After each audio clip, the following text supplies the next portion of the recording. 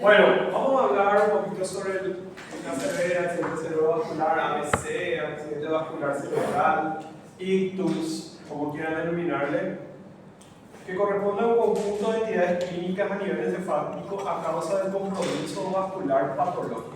Es decir, hay una alteración a nivel vascular y esto pone en compromiso la función del cerebro, tanto funciones cognitivas como motoras y eventualmente sensitivas.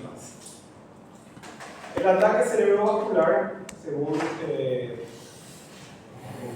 la definición que está en nuestro libro, corresponde a un síndrome clínico. Vieron que dice síndrome, entonces es un conjunto de signos y síntomas de rápida o brusca aparición, esto es característico, de un déficit neurológico focal no compulsivo de más de una hora de evolución. Y tienen otros nombres como stroke, accidente vascular encefálico, ictus, apoplejía. Son diferentes denominaciones con las cuales ustedes pueden encontrar en los textos. ¿Cuál es su importancia? Y esto podemos ver, el 6% de las hospitalizaciones en la sala de adultos corresponden a nuevos eventos de accidentes de accidentes cerebrovasculares. El 50% de los ingresos neurológicos, yo creía que en nuestro país el 70 o 80% realmente. El segundo lugar en las hospitalizaciones de mayores de 65 años, por lo cual sabemos que tiene una altísima morbilidad. Junto a VIAN es la primera causa de muerte en la población en general.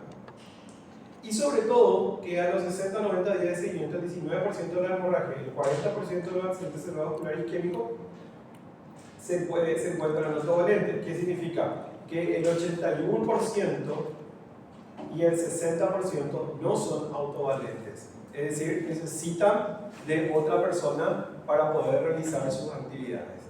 Entonces, tenemos por tanto que es tal vez la enfermedad de mayor mortalidad. A los 60-90 días del primer evento, el 21% de los pacientes fallecen. Entonces tenemos que es una enfermedad que tiene una altísima mortalidad, deja muchas secuelas, son los pacientes que tienen mucha dependencia de terceros. El 29 de octubre fue el día de recordación de lucha contra la ACV y vamos a hablar un poquitito sobre eso al final para recordar algunos conceptos. En el mundo es la tercera causa por sí sola de mortalidad debajo de las enfermedades cardiovasculares y el cáncer, pero es el primer productor de discapacidad, como les dije, y con una tendencia cada vez mayor a avanzar. Entonces es la primera causa de discapacidad. Este es una curva donde nos muestra un grupo con un accidente cerebral con ictus, ¿verdad? Y el grupo control y la sobrevida a lo largo de los años.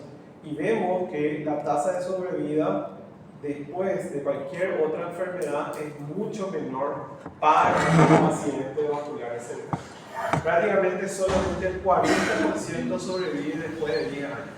Hoy justamente yo tuve una paciente que vino a una consulta y le pregunté cuántos años, y son 11 años de su accidente cerebrovascular. Era una paciente de 58 años y a los 47 años había tenido su primer accidente cerebrovascular. Lo que hizo que sobreviva más tiempo y que sea autovaliente en este momento es que él tuvo cuando fue muy joven, entonces tienen una capacidad de recuperación mucho mayor. Pero en los pacientes mayores de 65 años esto no se da habitualmente. Esto es otro estudio donde nos muestra que después del primer evento en días, ¿sí? Si nosotros vemos acá, la causa de muerte es después de un tiempo, vemos que después de 7 días, después de 30 días, después de un año, vemos que los accidentes cerebrovasculares y los stroke recurrentes son una causa muy frecuente de muerte, sobre todo dentro de los primeros 30 días. Y vemos que las enfermedades cardíacas y pulmonares son mucho más frecuentes después de los 30 días. Pero esto nos marca que el primer evento de accidentes cerebrovasculares es muy importante y su manejo durante los primeros 30 días. El accidente cerebrovascular entonces es un síndrome neurológico, ¿sí?, que con la excepción de la hemorragia subaracnoidea es focal, de inicio en pocas horas o días, brusco, no convulsivo generalmente, de más de una hora de duración, cuya causa es una patología vascular. El AIT, ¿sí?, accidente isquémico transitorio, es un síndrome clínico de la pérdida aguda de la función cerebral o visión monocular que dura menos de una hora sin evidencia de isquemia por la resonancia. Esto es muy trascendental porque estamos viendo muchas veces esto es un preludio de esto. A veces los pacientes hacen pérdidas agudas, disminución de la fuerza, pérdida aguda de la vista, que duran menos de una hora y el paciente a veces no consulta, y esto es un preludio muchas veces de que pueda suceder más adelante un accidente cerebrovascular. Generalmente son instrucciones que ceden los cuadros de isquemia transitoria. Bueno, los factores de riesgo, edad mayor a 55 años, la hipertensión por sí sola tiene la relación más estrecha con el ACV que con la cardiopatía isquémica. Es decir, si nosotros decimos la hipertensión arterial, ¿qué es más probable que pueda generar a lo largo del tiempo? ACV o infarto puede más probablemente generar un accidente cerebrovascular que un infarto. ¿Entienden? Entonces, a eso se refiere con esto. A diferencia de la cardiopatía, no hay una relación con los niveles plasmáticos de colesterol. Bueno, esto voy a borrar. Ahora salió la guía, hace 2 semanas salió la guía nueva y dice que hay una relación con el colesterol, sí, pero no hay relación con los triglicéridos. ¿Estamos? Hago un borro porque esta mi clase es vieja, esta parte es vieja, borro esto. ¿Estamos? Porque ahora hace poquito salió el que sí tiene relación con el colesterol y no con los triglicéridos. Incluye factores de riesgo vasculares, el cigarrillo, la diabetes, la obesidad, sí son factores de riesgo, y las fuentes cardioembólicas, que son la fibrilación auricular, las valvulopatías, sobre todo mitrales, y los foramen oval persistente o comunicaciones interauriculares. Si nosotros clasificamos a los accidentes cerebrovasculares, vamos a ver que el 85%, y estas son cifras muy dependientes de cada país, el 85% son accidentes cerebrovasculares isquémicos y el 15% son hemorrágicos. Yo les aliento, vayan, esto se queda demasiado fácil, vayan y vean en la sala de urgencia de acá, pidan permiso, hagan una evaluación de los últimos 5 años de los pacientes que ingresaron con ACV y vean cuántos fueron isquémicos y cuántos fueron hemorrágicos. Es demasiado fácil. Máximo van a ser en un año 50, 60 más o menos, y en 5 años van a tener 300 y van a tener la casuística de cuántos fueron isquémicos y cuántos fueron hemorrágicos. Y ahí hagan la relación de los factores de riesgo posteriormente con respecto a la edad y demás.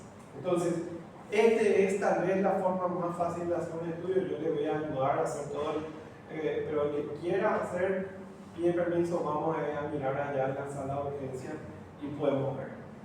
El accidente isquémico, el accidente cerebrovascular isquémico, como dice su nombre, implica que un territorio del cerebro no reciba un aporte sanguíneo. ¿Por qué? Porque existe una obstrucción al flujo sanguíneo. Y esto puede ser porque una fibrilación auricular, 15%, generó un coágulo que taponó una de las arterias perforantes del cerebro. Por una enfermedad de la carótida que produce una obstrucción, que generalmente puede ser bastante más grande, y otras causas como pueden ser la formación propiamente de aterosclerosis a nivel de la arteria cerebral. El accidente cerebrovascular hemorrágico es del 15% y puede ser por ruptura de aneurisma, por hipertensión maligna y por otras causas como pueden ser causas traumáticas. Entonces tenemos accidente cerebrovascular isquémico porque no llega un suficiente aporte de sangre a un territorio y eso implica la isquemia, la muerte celular. Hemorragia porque se ha producido la ruptura de un vaso y esto produce entonces que se produzca la ocupación de sangre en el territorio cerebral. ¿Estamos? Entonces, el siguiente cerebrovascular isquémico o hemorrágico. Yo le digo que estos números son así muy del libro, pero a mí, por ejemplo, cuando yo lo hice, yo hice un pequeño estudio hace casi 20 años en el hospital de clínicas viejo allá en Sajonia, y nosotros teníamos una casuística donde teníamos 60% isquémico y 40% hemorrágico. Pero era porque el hemorrágico en ese momento comenzó a haber tomógrafo en el hospital de clínicas, entonces venía mucho más los pacientes a hacerse y había neurocirujano. Entonces, a veces implica mucho también el conocimiento de lo que es el sistema público. Entonces, al haber un neurocirujano, venía más hemorrágico de lo habitual.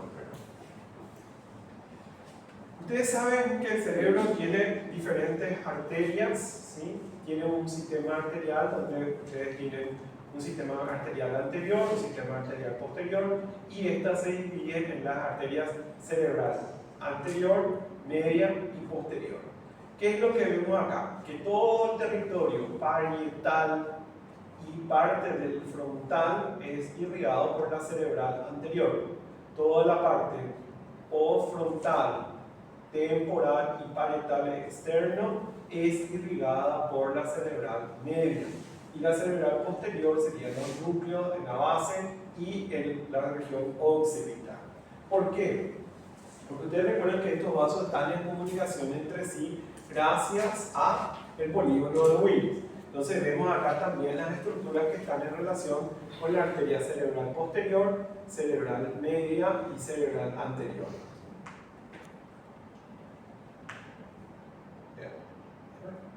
Correo.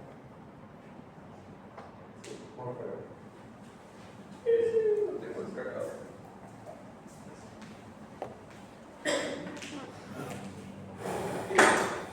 Terminó la clase. ¿Tiene el cargador de teléfono? ¿Qué clase me va a hacer? Yo creo que este era chiquitito, ¿no? ¿Por el teléfono? Tipo C. ¿Tipo C? Sí. Vamos a mirar si alcanza.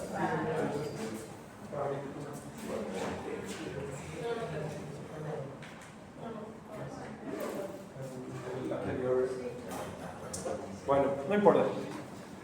Justo es que quería enseñar. Bueno. Acá simplemente para mostrar. ¿Y por qué es interesante mostrar? Fíjense en el territorio de la arteria cerebral anterior, de la cerebral media y la cerebral posterior. ¿Sí? Como cada territorio. ¿Por qué es importante mostrar esto? Porque nosotros vamos a localizar a los accidentes cerebrovasculares anatómicamente y va a tener mucho que ver con la relación que exista con la afectación de cada una de estas arterias. En esta imagen también podemos ver los núcleos de la base. Tenemos el tálamo, un poquito más adelante. Estos son los núcleos laterales. Ahí tenemos los núcleos de la cápsula interna que están señalados, el globo pálido, entonces para tener en relación cuáles son las arterias. El tálamo, por ejemplo, es región de la cerebral posterior. En cambio, si nosotros nos vamos un poco más adelante, corresponde al núcleo de la cerebral anterior, ¿verdad? Posterior es el tálamo. Bueno, ¿cuál es el metabolismo cerebral normal? Un adulto, en promedio, el cerebro pesa aproximadamente 1.5 kilogramos. Ese es el peso aproximadamente del cerebro, un poco menos en las mujeres, un poco más en los varones. El flujo sanguíneo cerebral es de 750 ml por minuto, es decir, el 15% del volumen sanguíneo va al cerebro. ¿Sí? Esto equivale aproximadamente a 50 ml por cada 100 gramos por minuto. Ese es el flujo sanguíneo. O sea, cuando nos preguntan a nosotros cuál es el flujo sanguíneo cerebral, es 50 ml por 100 gramos por minuto. Tenemos que recordar que ese es el volumen de sangre adecuado para permitir una oxigenación adecuada, una nutrición adecuada del cerebro. ¿Estamos? 50 ml. El cerebro consume un 20% del oxígeno de la sangre arterial. Consume un 20% de oxígeno. Y permite un mecanismo de autorregulación, permite un flujo constante con variaciones de la presión arterial. Es decir, el cerebro puede darse el lujo de aumentar o disminuir su flujo de acuerdo a las necesidades de mayor oxígeno o mayor necesidad metabólica. Entonces tenemos que la presión de perfusión cerebral o presión efectiva es la diferencia entre la presión arterial media y la presión intracraneal, siendo habitualmente alrededor de 70 milímetros de mercurio en la persona adulta, entre 80 a más o menos 10 milímetros de mercurio, 80 a 100. Entonces, la presión de perfusión cerebral, es decir, ¿cuál es la presión con la cual efectivamente llega una cantidad de 50 ml por 100 gramos por minuto? Es a 70 milímetros de mercurio. ¿Entienden por qué si a mí de repente me da un bajón de la presión arterial, qué va a pasar? A medida que yo tengo un bajón de la presión arterial, voy a estar más fatigado hasta que en algún momento me puedo quedar a desmayar. Porque es un mecanismo de control del cerebro para que el cerebro no sufra. Entonces, cuando se apaga el cerebro es porque hay una disminución de la presión de perfusión. ¿Estamos? Entonces, es un mecanismo de control de alguna manera. Entonces, ustedes pueden ver acá este gráfico que nos muestra la presión de perfusión cerebral en milímetros de mercurio, ¿sí? Por la cantidad de flujo sanguíneo. ¿Cuánto dijimos que era el flujo sanguíneo cerebral normal? Es de 50 ml por 100 gramos. Eso es lo que hay que mantener. Y vemos acá que con una presión de perfusión cerebral entre 60 y 150 milímetros de mercurio, o sea, es bastante elástico esto, ¿sí? Con eso podemos mantener una presión de perfusión cerebral bastante adecuada. Pero si la presión de perfusión cerebral baja por debajo de 60, porque la presión arterial, porque ¿de qué depende la presión de perfusión cerebral? De la presión arterial media, la presión externa, sistémica. Entonces, si baja la presión sistémica, baja la presión de perfusión cerebral y eso va a disminuir el flujo sanguíneo. Pero fíjense cómo el gráfico cae. Acá con 45, la presión de perfusión ya es 40, 35. Vean, es mucho menor. ¿Entienden? Y de la misma manera, cuando sube la presión de perfusión, o sea, sube la presión sistémica, supongamos que la presión sube a 180, 190, 200, aumenta súbitamente la presión. Pero dentro de ese rango se mantiene en un flujo sanguíneo aceptable. Esto es trascendental para entender por qué pueden existir problemas entonces y por qué la hipertensión arterial es un factor de riesgo el factor de riesgo más importante para los accidentes cerebrovasculares. Recordemos que la barrera hematoencefálica, ¿sí?, está formada por el endotelio continuo y los pies de los astrocitos, ¿sí? Recuerden la barrera hematoencefálica. Esa barrera hematoencefálica es la que permite el paso del oxígeno, permite el paso de la glucosa, pero no permite el paso de otras muchas sustancias. Tiene un bajo coeficiente de conductancia hidráulica, dada la presencia de la apocorina de Ecuador. ¿Qué significa esto? Que incluso el agua es restringido en su paso a través de esta barrera hematoencefálica. Entonces, las apoporinas son las que determinan cuánta cantidad de agua puede pasar desde la sangre hacia el espacio cerebral.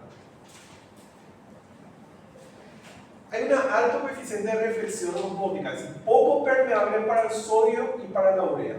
Una elevada coeficiente de reflexión osmótica impermeable a la albúmina es la barrera hematoencefálica. Y el movimiento de agua depende de la osmolaridad plasmática efectiva y la presión osmótica. Es decir, mientras nosotros mantengamos una osmolaridad normal, ¿sí? La osmolaridad, ustedes recuerdan, 290 milimoles, si se mantiene una osmolaridad normal, el movimiento de agua se va a mantener en una cantidad determinada. Cuando existe un cambio en la osmolaridad, supongamos un paciente tiene una hiperglicemia y en vez de tener 290 de osmolaridad sube a 310, 315 de osmolaridad, entonces va a haber un trastorno en el movimiento del agua o cuando baja la osmolaridad. Entonces, es muy importante esto de recordar que la barrera hematoencefálica tiene una capacidad de control muy importante del flujo. Esto que nosotros vemos aquí es un vaso sanguíneo, ¿sí? Es un vaso sanguíneo y dentro de este vaso sanguíneo podemos ver que hay moléculas que pueden moverse y otras que no pueden moverse. Vemos que en general, ¿sí? Vemos que en general es una barrera donde tenemos el endotelio continuo y tenemos a los pies chupadores ahí de los astrocitos que están ahí rodeando, como ven ustedes, y a los pericitos. Hay un movimiento restringido para lo celular, o sea, no hay movimiento. El movimiento de sustancia depende exclusivamente de las células endoteliales. Vemos que bacterias, virus, etcétera, no se pueden normalmente movilizar, no sé que haya un permiso, haya un proceso de transitosis efectiva a través de la célula endotelial. Vemos que moléculas no se pueden movilizar como proteínas, etcétera, dependen de que existen carrier o no. Y vemos que el movimiento de difusión transcelular va a existir para moléculas como la glucosa, el oxígeno, etc.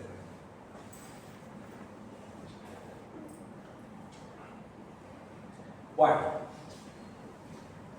cuando nosotros hablamos de edema cerebral, ¿qué es lo que va a ocurrir? Cuando existe una isquemia, ¿sí? Cuando existe una isquemia, ¿qué es lo que está ocurriendo? No hay un flujo efectivo hacia un territorio cerebral, ¿sí? Un accidente cerebrovascular isquémico es un síndrome clínico focalizador donde se va a producir una disminución del aporte sanguíneo hacia un territorio específico del cerebro, produciendo los síntomas y signos referentes a ese lugar que está sufriendo el accidente cerebral.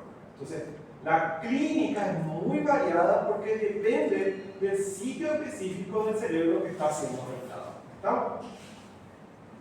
Cuando nosotros hablamos de que existe un trastorno vascular, generalmente hay un fenómeno inflamatorio y ese fenómeno inflamatorio está gobernado porque hay un edema. El edema cerebral, se vivieron varios tipos de edema cerebral. Hay un edema vasogénico, un edema citotóxico, un edema, bueno, existen diferentes tipos de edema, pero estos dos son los fundamentales. En cualquier caso, tiende a generar un aumento de la presión intracerebral y una eventual eliminación. La presión intracerebral normal es de 10 milímetros de mercurio, pero aumenta con la maniobra de Valsalva. Es decir, la presión dentro del cerebro es de 10 milímetros de mercurio. Cuando nosotros hacemos fuerza para ir al baño, ¿sí? Justo estamos con un y no podemos ir bien al baño, hacemos mucha fuerza. O estamos con mucha tos, ¿sí? Entonces, existe un aumento de la presión intracerebral. ¿Está? El edema vasogénico se produce porque hay un daño en la barrera hematoencefálica. Hay un edema glial comprimiendo los vasos inicialmente en la sustancia acá.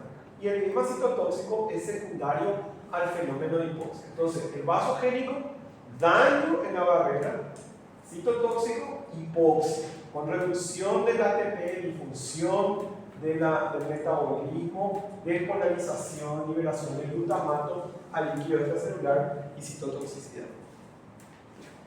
¿Por qué el glutamato es importante?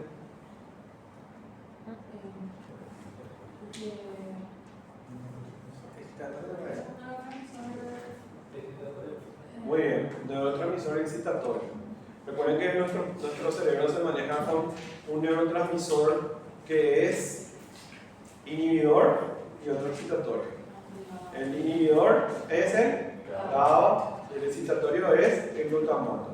Pero esto no se tiene que ir a acumular. Si no acumulas mucho a nivel extracelular, esto va a producir una citotoxicidad. ¿Está? ¿Hay una relación entre la presión interna del cerebro con la resaca? Sí, o sea, justamente yo hablé de eso el viernes. El alcohol produce la liberación de una sustancia que se llama acetaldehído.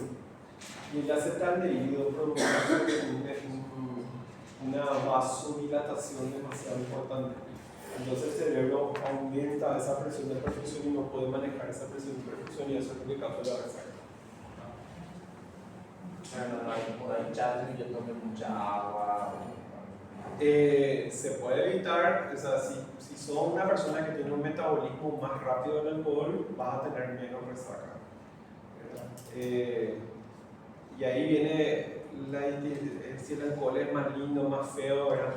Lo que pasa es que cuando el alcohol es, o sea, si yo te digo, vas a tomar 1 litro de whisky etiqueta negra o vas a tomar 3 litros de caña, tiene la misma concentración de alcohol, pero 3 litros de caña te cuesta mucho más barato que 1 litro de etiqueta negra. Entonces, a veces no es tanto el alcohol es más lindo, más feo, sino que es la cantidad que puedes consumir de cada uno y la metabolización que puedas hacer. Entonces, el agua que tiene relaja el estómago.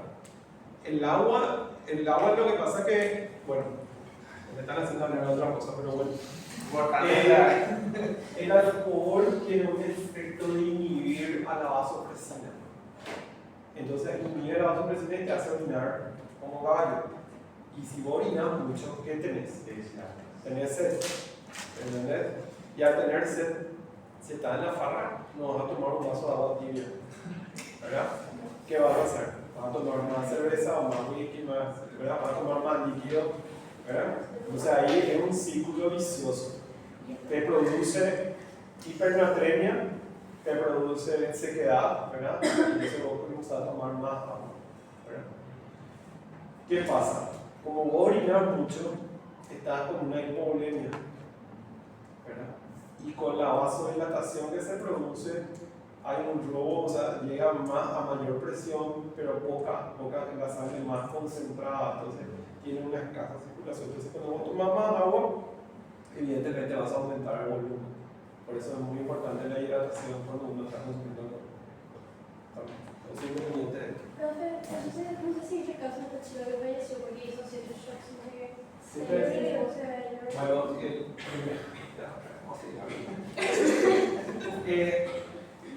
las mujeres tienen menor tolerancia al alcohol que los varones, ¿verdad? Se considera que hay un alto consumo de alcohol cuando se consume más de 60 gramos en una toma. ¿Cuánto es 60 gramos de alcohol? Es la pregunta. 60 gramos de alcohol equivale más o menos a 1,5 litros de cerveza, equivale más o menos a 280 cc de vino y aproximadamente 100 cc de bebidas, 88 cc de bebidas espirituosas tipo whisky y caña. Si vos tomás 6-7 shots, ya pasaste todos esos niveles y el grado de, si tomaste 8 shots, ya el grado de intoxicación puede ser de moderada a severa. Y con una cantidad de alcohol, si las mujeres necesitan la mitad nomás, y más todavía en los obesos se necesita menos. ¿Verdad? Las mujeres necesitan menos alcohol para emborracharse por la distribución de la grasa, porque tienen más grasa que los varones. Y los obesos tienen mayor posibilidad de emborracharse más rápido que los más flaquitos. Y las personas que no suelen tomar, peor todavía. O sea, si hay una mujer que no solía tomar, con 8 shots puede entrar a una intoxicación. Y con más de 0.4 miligramos por decilitro ya se puede producir un coma y hasta el paro respiratorio. Entonces, y si tomó en poco tiempo, imagínate que, una pregunta que me hicieron, ¿verdad? Si vos tomaste una latita de cerveza, ¿en cuánto tiempo se diluye esa una latita de cerveza a tu cuerpo? Y se diluye aproximadamente, desaparece el alcohol de tu cuerpo en 1 hora. Si mañana no tomaste nada. Si tomaste 2 latitas, tarda 1 hora y media. Si tomaste 3 latitas, ya tarda 2 horas y media. Y así sucesivamente, ¿verdad? Y también si uno consume más rápidamente, eso implica que el metabolismo lleva una toxicidad mucho más rápida. Entonces, la intoxicación alcohólica produce en Estados Unidos produjo el año pasado 47.000 muertes. Así, por intoxicación alcohólica. Es 10 veces más de lo, no, 20 veces más de lo que produjo todas las drogas ilícitas juntas. O sea, heroína, cocaína, marihuana, todas las drogas ilícitas juntas produjeron solamente 20 veces menos muertes que el alcohol, que es una droga ilícita. ¿Estamos? Así que no vayan a hacer, no vayan a abusar, y si van a abusar, no abusen tan rápido. Chop. Y menos revolito. Y menos revolito. Bueno, sigamos, vamos a cambiar el chico. Si no, yo me voy. Bueno, ahora, ¿por qué es importante esto? ¿Por qué es importante conocer al cerebro? Si nosotros miramos esta imagen, el cerebro tiene un volumen determinado. Usted tiene que entender que el cerebro está dentro de una caja cerrada, ¿sí? Es una caja dura, no expansible, ¿sí? Entonces, si ustedes se fijan en la imagen del A, ¿sí? Este es un estado fisiológico con una presión de PIC, la presión intracerebral de 10 a 15 milímetros de mercurio. 10 a 15 milímetros de mercurio. Y vemos que los principales componentes son el cerebro, la sangre arterial y venosa y el LCD. Si ustedes ven ahí, el volumen de la célula cerebral y de todo lo que son los axones, la microglia, el astrocito, corresponde a lo que vemos ahí de color amarillo. Luego vemos el volumen arterial y venoso y luego el volumen del líquido cefalorraquídeo. Esa es la estructura del cerebro normal. Supongamos que hay una isquemia, con lo cual secundaria a la isquemia hay un edema, ¿sí? Porque así como, ¿qué es una isquemia? Una isquemia es una falta del aporte sanguíneo. ¿Qué va a ocurrir como consecuencia de la isquemia? Inflamación. Inflamación, ¿cuál es el elemento de la inflamación más importante en esta isquemia? Es el edema, dijimos. Entonces, ¿edema qué es? La acumulación de líquido a nivel del tercer espacio. ¿Estamos? Entonces, ¿cómo qué va a funcionar eso? Como una masa intracraneal. Esa masa, supongamos que puede ser edema cerebral, puede ser una hemorragia, o puede ser un tumor también, ¿verdad? Cualquiera de esas circunstancias, según esta doctrina del volumen intracraneal que permanece constante, esa masa va a ocupar un espacio. Y si se mantiene, para mantener la presión intracerebral constante, normal, entonces un paciente tiene, ¿por qué es que a veces vemos que un paciente tiene un tumor cerebral y está lúcido, está caminando, no tiene ningún problema? Porque mantiene su presión intracerebral constante, normal. ¿Por qué? Porque lo que hace es regular y eliminar o parte del líquido cefalorraquídeo o parte del volumen venoso para que la masa ocupe el lugar. Pero a medida que esa masa va aumentando, el edema aumenta, la hemorragia aumenta, el tumor aumenta, esto va a llevar a una descompensación y a una elevación de la presión intracraneal. ¿Por qué? Porque ya no hay suficiente posibilidad de movilizar el contenido venoso, el líquido cefalorraquídeo, entonces ya va a comenzar a afectarse el contenido vascular y sobre todo la masa cerebral. Entonces, esto es un juego de presiones. Este es nuestro cerebro. Esta es la presión intracraneana, está determinada por la suma, por los elementos de la presión del volumen venoso, volumen arterial, de la masa cerebral y el flujo cefalorraquídeo.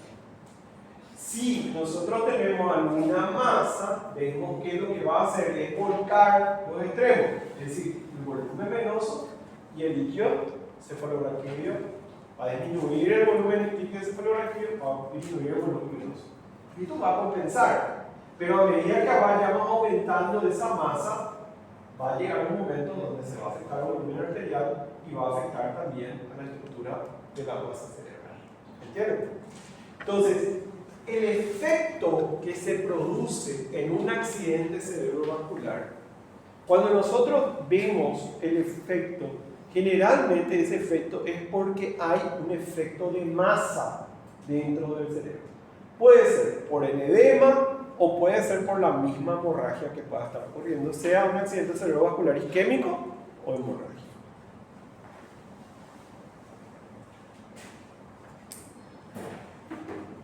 Entonces, ¿cuánto era el volumen? Dijimos que el flujo sanguíneo cerebral normal era de 50 ml por 100 gramos de tejido por minuto. Y que había un mecanismo de autorregulación, ¿sí? Para mantener ese flujo entre 60 a 130 milímetros de mercurio de presión arterial. El flujo circulatorio normal provee de 3.6 a 3.8 ml de oxígeno por cada 100 gramos y 60 miligramos de glucosa. Estos son los elementos fisiológicos que tenemos que recordar del flujo sanguíneo cerebral. Bueno, imagínense que disminuye el flujo sanguíneo cerebral. Si por algún momento ese territorio del cerebro no recibe los 50 ml y recibe, porque hay una obstrucción del flujo, menos de 10 ml, va a haber una despolarización brusca de la membrana celular, una salida rápida de potasio, apertura de los canales de calcio dependiente de voltaje, la entrada de calcio a la célula. Saben que cuando una célula recibe mucho calcio, saben que la célula está muriendo. Deterioro de la función mitocondrial, remoción del bloqueo del magnesio de los receptores glutaminérgicos NMDA, acción prolongada del glutamato, hay un estado de activación de entrada normal de sodio, y el calcio activa las proteasas lipasas, lo cual lleva a la muerte de la formación de radicales libres y la muerte celular. Entonces ustedes ven, cuando el flujo sanguíneo cerebral disminuye en menos de 35, ¿sí? Hay una detención de la síntesis de proteínas de las células reales, pero todavía el cerebro puede volver a reactivarse. Menos de 20 ya hay una alteración de la transmisión sináptica. Y cuando es menos de 10 ml por gramo por minuto, ya hay una muerte celular irreversible. ¿Estamos? Entonces, volvemos. ¿Qué es un accidente cerebrovascular isquémico? Es una falla en el proceso de transporte de oxígeno, nutrientes a un territorio específico del cerebro. Y es un síndrome clínico. ¿Por qué decimos que es un síndrome clínico? Porque depende de las características clínicas del territorio afectado. Imagínense que cuando se produce el daño isquémico, a los 10 segundos, ¿sí? A los 10 segundos de una isquemia, ya hay una pérdida de la actividad eléctrica. A los 30 segundos ya hay un fallo de la bomba de sodio. Al minuto de la isquemia ya hay niveles letales de ácido láctico y a los 5 minutos ya los cambios son irreversibles con muerte neurológica. Por eso hay una premisa en cuanto al tratamiento del accidente cerebrovascular que dice que el tiempo es oro, el tiempo es cerebro. ¿Estamos? Esto es evidentemente por cada territorio que vamos sumando, ¿verdad? A los 5 minutos ya el núcleo, supongamos que usted tiene sea el territorio que no está recibiendo, entonces la zona central es por donde comienza la muerte y va extendiéndose hacia la periferia, que la vamos a denominar como penumbra. Pero te da muy poco tiempo, o sea, Muy poco tiempo, el cerebro te va a dar muy poco tiempo. Estás en tu casa Ahí ya va a haber, dependiendo de la arteria que sea afectada. O sea, yo creo que el límite para que sea salvable en el caso de un paciente que le dé su ataque en el quirófano, ya porque después no se va a... No, depende mucho también de las células que fueron afectadas. Sabemos que las neuronas más sensibles de isquemia son las de la corteza cerebral, justamente, ¿verdad? Las del hipocampo, el cuerpo estriado, las células tejoquines del cerebro. Después son afectadas las células de la neurología y por último las células endoteliales vasculares. ¿Qué tiene influencia? El estado del flujo sanguíneo. Y ahí tenemos que entender, ¿verdad? Cuando decimos el estado del flujo sanguíneo regional, no es lo mismo que ocurra un trastorno sobre una zona previamente ya disminuida en cuanto al flujo. ¿Entienden? No es lo mismo el tiempo de oclusión vascular, no es lo mismo el estado de la circulación bilateral. Si ustedes tienen un buen polígono de Willis, hay muchas personas que tienen una obstrucción. ¿Ustedes recuerdan el polígono de Willis?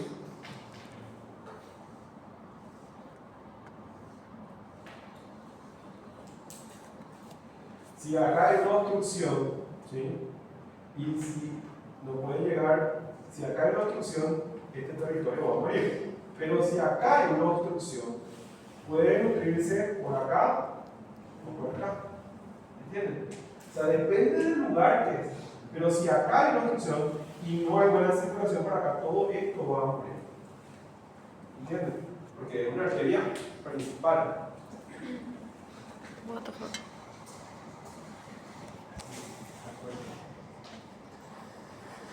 También tienen que ver el estado de concentración, la hiperglicemia, la hipertermia, la cifra de presión y la hipoxia que pueda sufrir el paciente.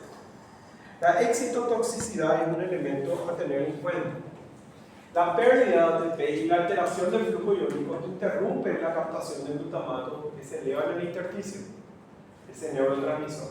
El glutamato activa los receptores de NMDA y al ingreso de calcio, y esto produce la apoptosis, la caspasas, la muerte celular.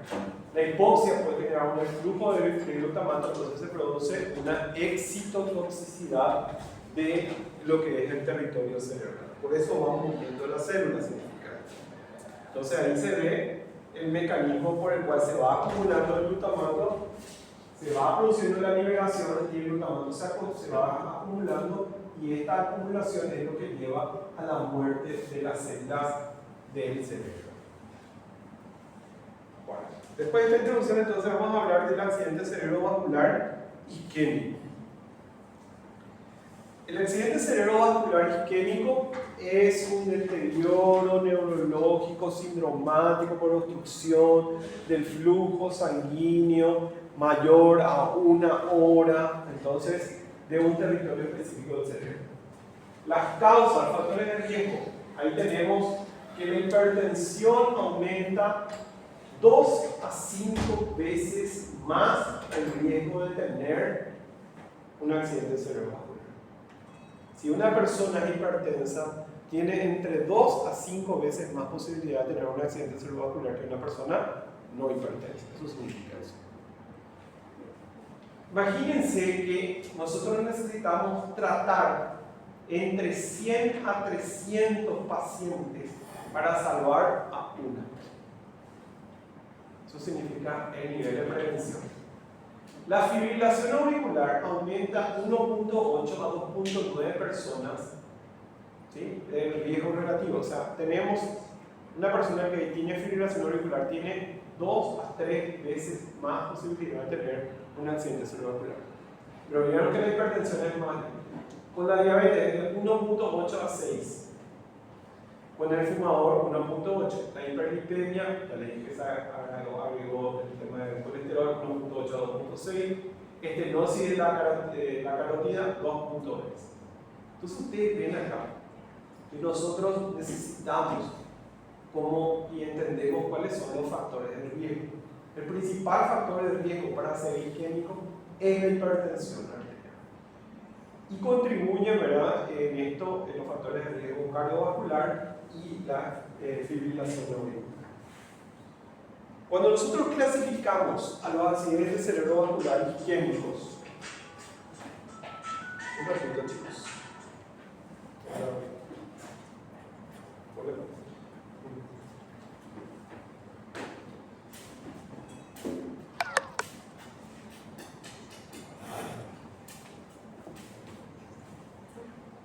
¿Se encuentra bien, Yima?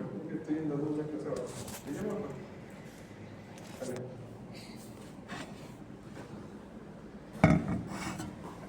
Bueno,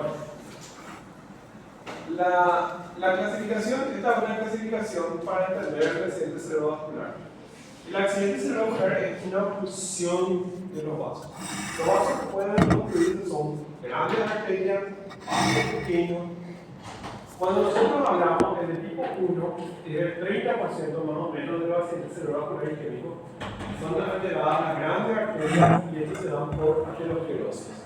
Es decir, se generan ateromas específicos a nivel de la arteria, de las grandes arterias. Inclusive pueden ser desde las arterias carótidas para arriba. Puede ser arterias cerebrales. Luego tenemos los lacunales, que son las pequeñas arterias perforantes que afectan en la parte de la corteza.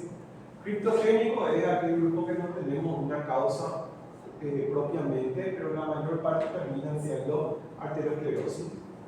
Cardioembólico es el 20% y son los pacientes con fibrilación auricular o lesión aterosclerótica de los grandes vasos del cuello que envían un émbolo, el coágulo se prende y termina en un vaso cerebral.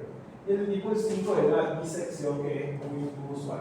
Entonces ahí tenemos las causas propiamente de los accidentes cerebrovasculares isquémicos. Cuando nosotros hablamos, justamente ahí viene la pregunta que hacía el compañero, el flujo sanguíneo cerebral es de 50 a 55. Cuando disminuimos por debajo de 30, hay edema.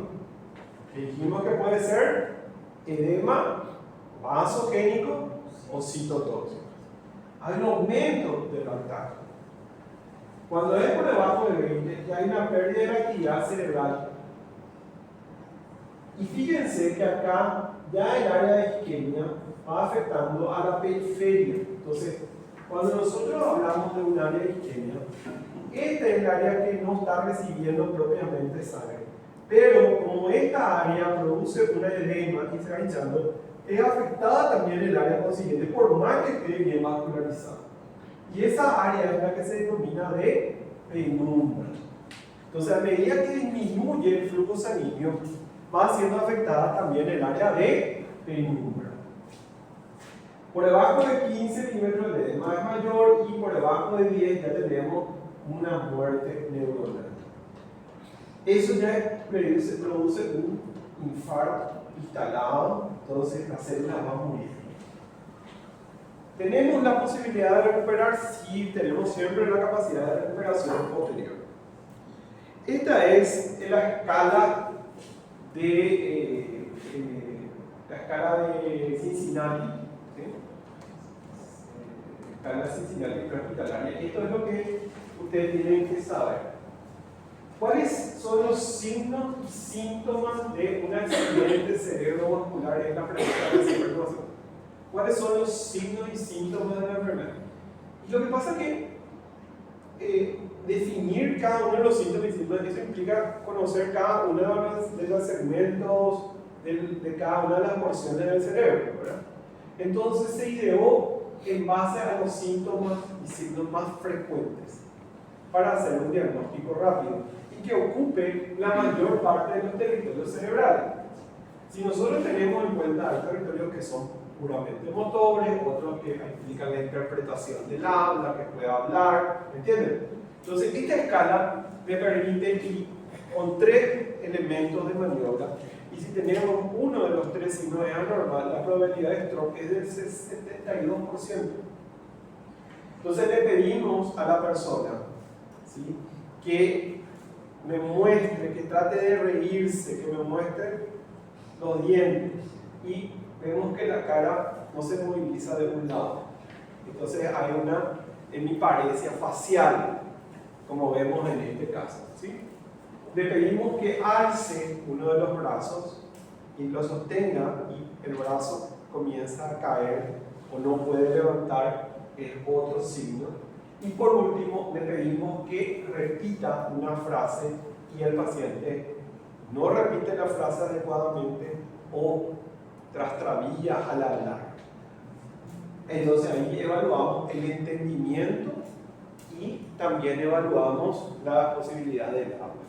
Si uno de estos tres elementos está presente, esta escala nos habla de que hay una probabilidad del 72% de que el paciente tenga un accidente cerebrovascular. Esto es lo que tienen que hacer. Si ustedes encuentran una persona, ¿sí?, en la calle, lo primero que tienen que hacer para poder activar los servicios de emergencia. ¿Estamos? Y esto nos lleva más de un minuto. Y habrán visto, espero que en estos días en las páginas salieron mucho el señor Barbudo que estaba haciendo, ¿no vieron? Porque el 29 de octubre, como les dije, fue el día. Entonces, esta es la escala de Cincinnati. Y como les dije, el stroke esta es la de la Asociación Americana, dice cosas extrañas cuando habla, no puede mantener el brazo en alto, tiene la cara media y es hora de actuar. ¿Por qué? Porque cuando nosotros tenemos un accidente cerebrovascular isquémico, a partir del horario de inicio del accidente cerebrovascular isquémico, tenemos como máximo, ¿verdad? Máximo 4.5 horas para iniciar el tratamiento de trombólisis, ¿sí? Donde vamos a disminuir el grado del infarto del cerebro que está ocurriendo. Esta es la otra, el FAST, solamente para agregar que tenemos que llamar rápidamente. Ahí está algo que parece lo que tiene ahorita. Bueno, estas son las campañas para hoy. Bueno, el ACV isquémico. ¿Qué entonces? El ACV isquémico puede ser trombótico, es decir, se forma un coágulo, embólico, porque un coágulo proviene, o por un fallo circulatorio, porque hay una vasoconstricción intensa, como puede ser en los pacientes con intoxicación por cocaína. Entonces, el accidente cerebrovascular puede ser trombótico, porque acá hay una aterosclerosis, se rompió el ateroma y se generó un coágulo, un trombo. Porque un coágulo viene del corazón o de la carótida, en el caso de la fibrilación auricular, o por un trastorno en el flujo, como puede ser trastornos como los síndromes adrenales. Por esto puede ser entonces un accidente cerebrovascular isquémico. Y tenemos diferentes zonas. Cuando hay una afectación de la arteria cerebral anterior, vimos ahí la arteria cerebral anterior en lo azul, ¿sí? ¿Qué es lo que vamos a tener? Alteración motora de los miembros inferiores, alteración de la micción. Si es de la arteria cerebral media, alteración motora facio-braquial de la pierna, del brazo y la cara, alteración del lenguaje, alteración del entendimiento y por último algunos movimientos oculares alterados. Alteración de la cerebral posterior, alteración de la visión propiamente, ataxia, no puede pararse, ¿sí? Pero sí una parálisis, no puede sostenerse, pero puede mover los miembros. ¿Estamos? Esto es lo más característico, ¿sí?, dentro de la sintomatología, pero no es así único, pueden haber combinaciones otra vez de la cosa. Entonces, el accidente isquémico podría ser entonces una detención en el flujo sanguíneo, puede ser trombótico, embólico o por trastornos vasculares. El accidente isquémico transitorio es un déficit neurológico con una duración de 1 hora 24 horas. Generalmente los síntomas y signos se resuelven antes de la 1 hora sin una lesión neurológica. Un tercio hará una ACV dentro de un año. Esto es lo que tenemos que recordar. El AIG es un aviso. El establecido hay un déficit neurológico que dura más de 24 horas.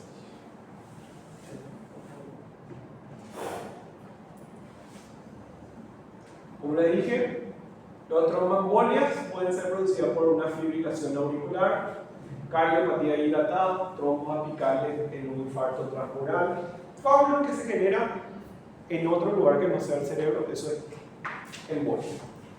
Un coágulo del corazón, un coágulo de la carótida, un coágulo que no se genere propiamente en el cerebro. La embolia afecta más frecuente a la arteria cerebral. Las arteriosembolias se originan en la carótida común, interna o en la aorta, y la amaurosis fugaz es un accidente isquémico transitorio arteriosembólico de la arteria aortal. ¿Qué son los infartos lacunares? Son infartos en las arterias más pequeñitas. ¿Sí? Se produce generalmente por lipohialinosis, es decir, por una arteriosclerosis de los pequeños vasos. Su principal factor de riesgo es la hipertensión. Yo me hice una resonancia hace un año y tengo 2 infartos lacunares pequeñitos, así como una piquita. Y es muy frecuente que después de los 40 años muchos tengamos ya pequeños infartos lacunares. Significa que tengo que cuidarme mucho más en mi presión y demás. Y otros factores.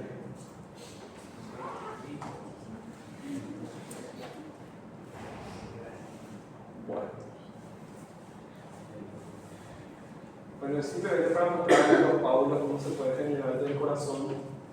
También las valvulopatías, sobre todo la mitral, también las valvulopatías, las válvulas mecánicas son factores de riesgo de accidente cerebrovascular. Por eso los pacientes tienen que traer anticoagulados. El síndrome cerebral, como les dije, existe un síndrome cerebral anterior, poco frecuente, focalización contralateral, apraxia en la marcha, porque trastorno de los miembros inferiores, trastorno urinario, y puede haber trastornos en la conducta del paciente.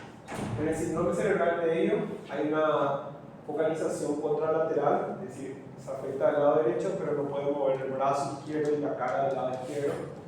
Hemianopsia homónima, del mismo lado. Y desviación conjugal, ojos hacia la lesión, mira la lesión.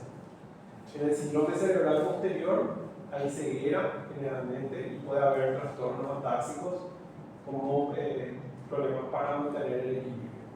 Y en los vértebros axilares puede haber trastorno de la conciencia, el hipo es algo característico también, y trastornos cerebrales. Sobre vértigo, el paciente moviliza todos los miembros pero tiene vértigo. No puede ni sentarse. La clínica es demasiado variada.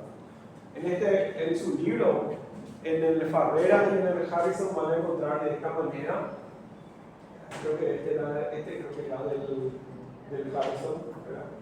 No, pero había uno parecido en el Harrison y donde mostraba según la arteria, según el lugar de la arteria afectada, para poder mostrarnos los trastornos clínicos que se van a producir. Quiero que me digan qué es afasia de Wernicke y qué es afasia de Broca. Wernicke y Broca.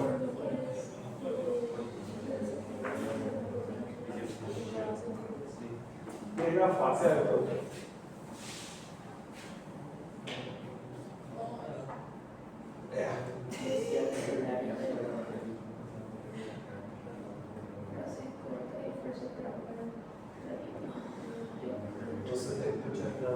¿Qué es afasia de Broca?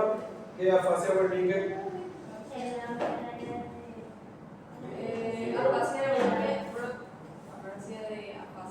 Broca es la lesión del área de Broca, el lóbulo frontal izquierdo, y tiene un lenguaje no fluido, con frases cortas y esfuerzos característicos. Comprensión relativamente conservada, escritura afectada. Y el de Wernicke es lesión del lóbulo temporal izquierdo, el lenguaje fluido pero incoherente, con palabras inventadas. Comprensión muy alterada y eso. Pues la afasia de Broca entiende, pero no puede. Sí, es verdad. No puede hablar no puede expresarse bien, ¿verdad? Pero entiende, alzar la mano, le decís, alza el brazo, comprende y no puede hablar. ¿Estamos? En la fase Wernicke le decís, levanta el brazo a las 5:30. ¿Quieres comer algo? No sé, voy a ir a Paraguay. ¿Entiendes? Esa es. Entonces, eso nos muestra que a nivel del temporal nosotros tenemos esas áreas de interacción que permiten la comunicación con las personas. Entonces, eso está alterado, sobre todo si nosotros vemos acá, son alteraciones relacionadas con la arteria cerebral media y en las subdivisiones que afectan específicamente al área temporal. ¿Estamos? Para que vean nada más. Entonces, ahí nosotros podemos decir, si yo tengo un paciente con una afasia de Broca, ¿sí? Esa puedo decir que es la arteria cerebral media y es la división superior de la arteria cerebral media. ¿Entienden? Ustedes pueden hacer la localización. Si digo que es Wernicke, entonces es el inferior. Pero si yo digo que es Broca y Wernicke, entonces muy probable será la parasitiana, entonces es tanto en el tronco. ¿Entienden? Entonces ustedes pueden hacer la localización de la lesión. ¿Estamos? Pero esto implica mucho estudio, implica muchos elementos de conocimiento de la anatomía y de cuando sea la anatomía sea normal. Entonces, ustedes pueden hacer una predicción. Todo paciente que viene, ustedes encuentran, supongamos, a una persona en la calle, súbitamente cae al piso, le piden que haga todas las maniobras. ¿Cuáles eran las 3 maniobras del Cincinnati? Que se ría, Que repitan la frase. Encuentran que 2 están alteradas de esas 3, ¿verdad? Entonces llaman al sistema. ¿A qué número van a llamar? 107. 107. No hay un decir. Paraguay. 141. 141, sí. ¿Y el otro número? 132. 132, vamos a ver. No se llama 911. ¿Estamos? No 911. ¿Estamos? Entonces, activamos el sistema. Tenemos que ser claros. Esto es un código ictus. Tenemos que decir, ustedes son un personal médico. Entonces, esto es un código ictus. El sistema 141 sabe que tiene que llevar a ciertos centros asistenciales. ¿Por qué? Porque tenemos, como le dije, 4,5 horas. Y después se hace una escala que se denomina escala de Neal y se tiene que hacer una tomografía. En la tomografía no encontramos nada. Y eso es bueno o es malo. En general, las imágenes radiológicas tardan por lo menos 12 horas en establecerse en una isquemia. ¿Estamos? Entonces, en general no vamos a encontrar nada.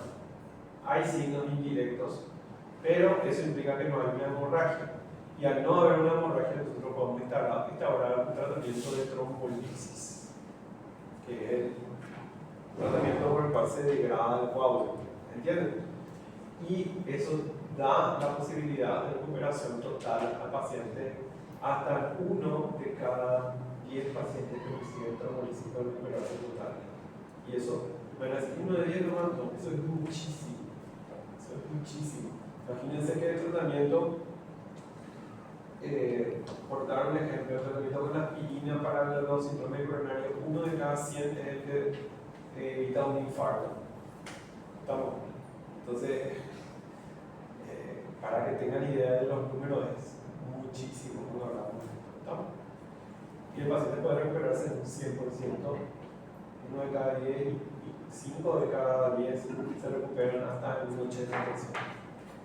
¿Estamos? Eso es muchísimo. Entonces, pero tiene que llegar dentro de las 4,5 horas. Llega después que no se hace el tratamiento. ¿Estamos? ¿Por qué? Porque ya el territorio cerebral ya ha muerto totalmente. Los síndromes lacunares son los más frecuentes, dependiendo de la zona. Sensitivo puro es en la zona talámica. La taxa parece al brazo posterior del puente y sarca, mano topper, brazo anterior de la cápsula o puente. Entonces ustedes pueden ver. Esto es una tomografía. ¿Sí? Esto es una tomografía. Así es como se ve un isquemio. Esto es un cerebro normal. Esta es la isquemia. ¿No? Esto es la isquemia. Este paciente perdió toda la zona temporal parietal y gran parte de la frontal. Entonces está afectada la arteria cerebral y el pie anterior. Más pregunta. Esta tiene una afectación acá, nivel de los núcleos de la base. Una afectación mucho más pequeña. Probablemente tenga un trastorno de la movilidad del brazo. ¿Sí? En su defecto también un poco de la pierna. Porque la fibra viene así. Y acá es donde se murió. ¿Vale? Justo donde tiene que estar las neuronas que reciben estos impulsos. Pequeñito, pero puede dar una clínica muy importante. Entonces, esa imagen es la imagen característica de un accidente cerebrovascular isquémico. Por otra parte, tenemos un accidente cerebrovascular hemorrágico. ¿Qué es el accidente cerebrovascular hemorrágico? Es cuando se produce, ¿sí?, la ruptura de un vaso sanguíneo con el volcado de sangre al espacio cerebral. ¿Estamos? Volcado de sangre o suave de idea. Dentro de las causas del cerebro hemorrágico tenemos la hipertensión como primera causa. Una pregunta clásica. ¿La hipertensión produce más accidente cerebrovascular isquémico o hemorrágico? Isquémico, porque el 85% de los accidentes cerebrovasculares son isquémicos. Pero también es la primera causa del cerebro hemorrágico. Aneurisma, ruptura de los aneurismas. Aneurisma es una dilatación anormal de un vaso. Malformaciones arteriovenosas, vasculopatía amiloide, coagulopatías tumorales, el uso de cocaína, simpático mimético, síndrome alérgico, es lo que le causó su accidente cerebrovascular a Cerati, y la trombosis venosa.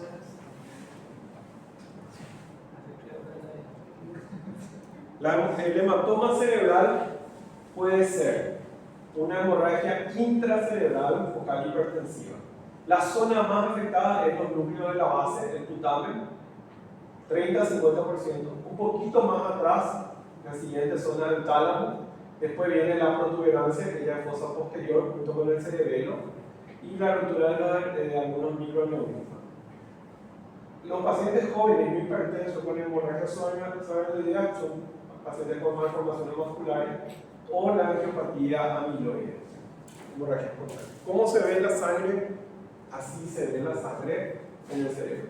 Esta imagen que ustedes ven acá, ¿sí?, está en la zona de los núcleos de la base, es la zona con compresión, con el edema que se produce, que es lo característico. Van a ver esta imagen blanquecina que corresponde entonces al volcado de sangre al territorio cerebral. Como ven ustedes, esto genera un efecto de masa y está comprimiendo al tejido cerebral. El tejido cerebral está perfundido, pero como hay mucho edema, hay una mala perfusión de toda esta zona del edema. Una consulta, este paciente, por ejemplo, tuvo ahora este accidente hemorrágico, que yo espero ver a las 48 horas, 72 horas. ¿Qué pasa? Es porque el cerebro no tiene la capacidad de poder. Bueno, en general los pacientes con accidente cerebrovascular hemorrágico, ¿sí?, esto va a generar que trate de, como hay un territorio que está haciendo, este territorio está recibiendo buena perfusión de sangre y este no. El cerebro va a interpretar, ¿por qué este no recibe buena perfusión? Vamos a tratar de aumentar, que sea por una falla en la presión y va a tratar de aumentar más la presión. Entonces los pacientes con accidente cerebrovascular hemorrágico generalmente son pacientes hipertensos y mantienen presiones altas, ¿sí? Entonces hay que tratar de bajar la presión para que no haya un resangrado o un aumento del edema. ¿Estamos? Entonces la clínica va a depender del edema relacionado con la hemorragia. A mayor edema, mayor clínica, ¿sí? Cuanto más grande el sangrado, mayor clínica también va a existir. Por eso es que los pacientes cuando tienen una hemorragia muy grande, generalmente hay que drenar esta hemorragia para que el edema que se genere no esté comprimiendo todo el cerebro. Eso cuando puede ser accesible, ¿verdad? En general, todos son accesibles, todos estos son accesibles. Tiene aplicación de un tronco. Y lo que pasa es que con más razón ahí es cuando el tronco, porque el tronco tiene muy poco espacio.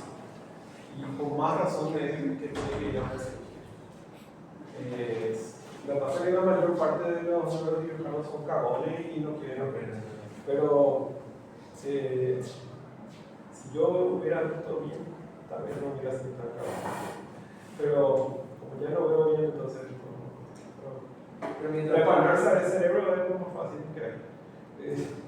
Tenés que saber dónde está, no hay que drenar, ¿verdad? Por eso tenés que drenar lo más rápido posible, porque cuando son... por ejemplo, si vos tenés el tamaño de arriba, por su tamaño, yo te diría que está en el límite de drenaje, por su tamaño. Está ahí en el límite porque tiene mucho edema y va a comprimir y va a matar a la parte del cerebro. Y la clínica a las 48 horas va, si el paciente está estable, y el paciente va a mejorar neurológicamente si es que vos mantuviste bien la presión, no se dermatizó tanto el cerebro, y si no hay cambios clínicos, de continuar. Esa sangre va a tardar un mes y medio en desaparecer completamente.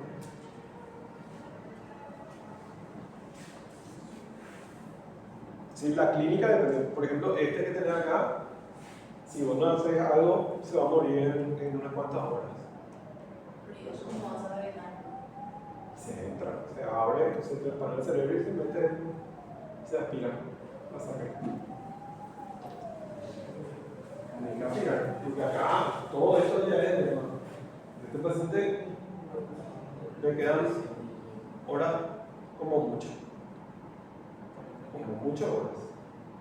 Bueno, si vos no haces algo, te vas a ver morir. Por eso es demasiado importante. Entonces lo que vos ves es que hay una hemorragia y alrededor de la hemorragia lo que vos vas a estar viendo es un edema. Y cuanto más hemorragia, más edema circundante. Y eso, lo que te genera toda esta zona, es lo que estás viendo acá, es edema. El agua que se está acumulando y va comprimiendo la célula cerebral. Dentro de la hemorragia hay una hemorragia especial que es la hemorragia subaracnoidea. La hemorragia subaracnoidea se produce por una ruptura de un aneurisma o por una malformación arteriovenosa. El 80% entonces produce entre los 40 y 65 años, aunque puede ser más jóvenes, más en mujeres que en hombres, especialmente durante el embarazo. Es la causa más frecuente de hemorragia subaracnoidea, son los traumatismos. Si los pacientes que tienen traumatismo casi siempre hacen traumatismo de cráneo, siempre hacen hemorragia subaracnoidea. Lo bueno es que no se van a repetir. El 80% de las hemorragias son espontáneas, se producen por ruptura de aneurismas saculares, cuando no son causadas por traumatismo, significa eso. De la arteria comunicante anterior o del sifón carotídeo. ¿Qué es un aneurisma? Un aneurisma es... Usted tiene la arteria que tiene que tener una dimensión. Un aneurisma es una zona dilatada, ¿sí? Una zona dilatada de la arteria. ¿Y qué pasa? Como esta es una zona debilitada, se rompe y entonces produce hemorragia. Pero como saben, este vaso no está propiamente dentro del cerebro, sino que está dentro de lo que va a revertir la sangre hacia el espacio subaracnoideo. Entonces por eso se llama hemorragia subaracnoidea. Es decir, en el cerebro ustedes tienen, este espacio, que es el espacio subaracnoideo. Y ahí es donde se va revirtiendo entre las circunvoluciones de la sangre. Generalmente comprime desde afuera y depende del tipo de aneurisma que se va rompiendo. Acá ven ustedes, las más comunes son allá de la arteria cerebral anterior, 40%, de la cerebral media entre un 20 y 24%, de la parasiliana 34%, y de la posterior es la menos frecuente pero la más grave de todas, porque todo sangrado en las fosas posteriores es muy grave. Ahí tienen la aneurisma. Son aneurismas saculares o aneurismas fusiformes. Esto tiene peor pronóstico Y lo que tenemos que hacer es, acá por ejemplo, casi seguro de lo que estamos acá, falta todavía un poquito más de gente, pero casi seguro que si había un poquito más de gente, uno tenga un aneurisma. El hallazgo de aneurismas cerebrales es, en la persona sin que tenga sangrado es muy alto. Y en aquellos que son hipertensos, pues aumenta el riesgo de ruptura de estos aneurismas. Entonces, lo que se hace es un clipado del aneurisma, se clipa eso, se evita ya el sangrado aquí. La hemorragia sudorídea produce sobre todo cefalea y liquidez en nuca.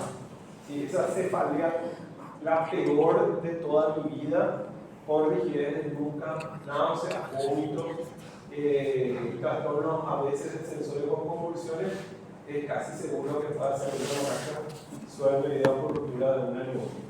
Pero ¿qué es lo que realmente duele? Porque el cerebro en sí no duele. No, el cerebro no, pero el espacio sudorídeo está doliendo ahí, con la compresión del externo, porque ahí sí hay tejido conjuntivo. Vos ves que acá el sangrado no es propiamente en el cerebro, sino en los espacios. ¿No? Y produce compresión de todos los vasos, entonces hay un trastorno en el retorno venoso. ¿Cómo refiere el paciente que El peor dolor de mi vida. El peor dolor de mi vida. El peor dolor es un dolor insoportable. Y eso depende del No puede, eso es el papiledema, es un edema de la papila ocular.